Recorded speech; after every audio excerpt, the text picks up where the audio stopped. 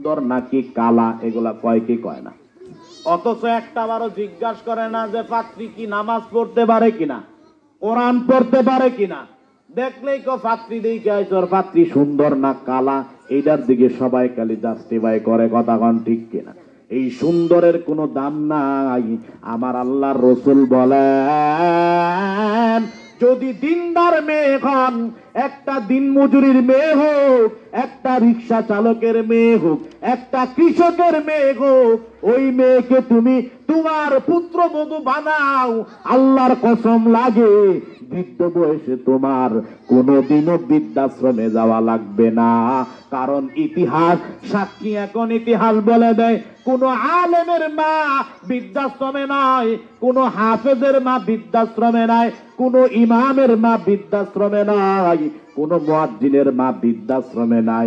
বৃদ্ধাশ্রমে তারা যারা বড় বড় ডিগ্রিওয়ালা, কোটি কোটি মিলিয়ন বিলিয়ন টাকা, ময়মনসিংহ গাঙ্গিনাপাড় যার বাসা আছে, ফুলবাড়িয়া পৌরসভায় যার বাসা আছে, বসুন্ধরাতে যার বাসা আছে, অথচ একটা কোনার রুম হয় না তার মারে রাখার জন্য। দেখবেন ওই সন্তান গোলা তারা তার মায়ের বৃদ্ধাশ্রমে রাখে। কথাগণ ঠিক কিনা? ইতিহাস ঘেটে দেখবেন কোন আলেমের মাকে আপনি বৃদ্ধাশ্রমে পাবেন না। যদি আপনি আপনার সন্তানকে মানুষ বানাতে চান, তাহলে প্রাথমিক 3টা দায়িত্বের 1 নাম্বার দায়িত্ব সুন্দর একটা নাম রাখবেন। 2 নাম্বার দায়িত্ব হলো ওই সন্তানের জন্য ভালো মা নিয়ে আসবেন। কারণ ভালো মা না নিয়ে আসলে আপনার ওই গর্তে ভালো সন্তান আসবে না। ইটের ফার্মা যদি বাঁকা হয়, ইট অটোমেটিক বাঁকা হবে। আমার মা বোনেরা বুঝবে, পিঠা বানাই শ্বাস, শ্বাস যদি বাঁকা হয় পিঠাও বাঁকা হবে। ওই ঘর থেকে কোনোদিন ভালো সন্তান হবে না। এই জন্য ভালো মা তৈরি করেন। ভালো মা তৈরি করার জন্য এইসব কওমি মাদ্রাসার অনেক অবদান রয়েছে, কোনো অবদানের কোনো শেষ নাই। কথা কোন ঠিক কিনা? এই জন্য মাদ্রাসার পাশে থাকবেন তো ইনশাল্লাহ, মাদ্রাসার পাশে থাকবেন তো ইনশাল্লাহ। বুদ্ধি দিয়ে, পরামর্শ দিয়ে, শ্রম দিয়ে, টাকা দিয়ে, পয়সা দিয়ে, যেভাবেই পারেন মাদ্রাসার পাশে থাকবেন। এখানে ভালো বাবা ভালো মা বানানোর ফ্যাক্টরি হলো এই জায়গায়। কথা কোন ঠিক কিনা? যাই হোক মুসলমান ভাইরা রে আমার, ওই যুবকটা খলিফাতুল মুসলিমিন হযরত ওমরকে বললেন, ও খলিফা,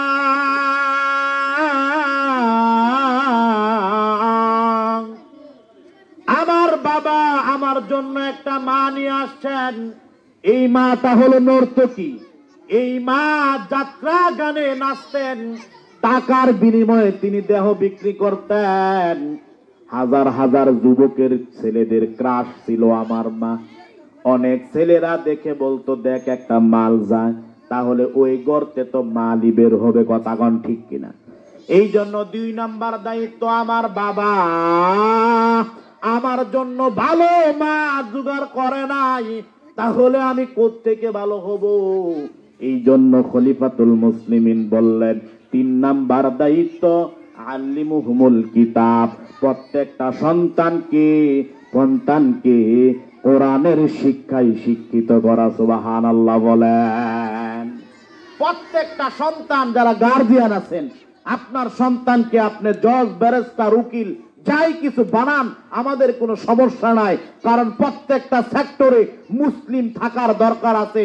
জজ, ব্যারিস্টার, ওকালতিতে বাংলাদেশের পার্লামেন্ট থেকে নিয়ে আপনাদের এই কুড়িজানা ইউনিয়ন পর্যন্ত যদি কোরআনের ধারক বাহক এই পার্লামেন্টে বসে, তাহলে মনে করবেন আমার দেশে এত লুটপাট হবে না। কথা কোন ঠিক কিনা?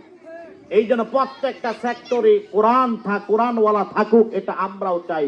কিন্তু প্রত্যেকটা গার্ডিয়ানের, অভিভাবকের দায়িত্ব হলো প্রাথমিক শিক্ষা, কোরআন শিক্ষা দিয়ে তারপরে আপনি ডাক্তার বানান, ইঞ্জিনিয়ার বানান, মাস্টার বানান, উকিল বানান, কোনো আমাদের সমস্যা নাই।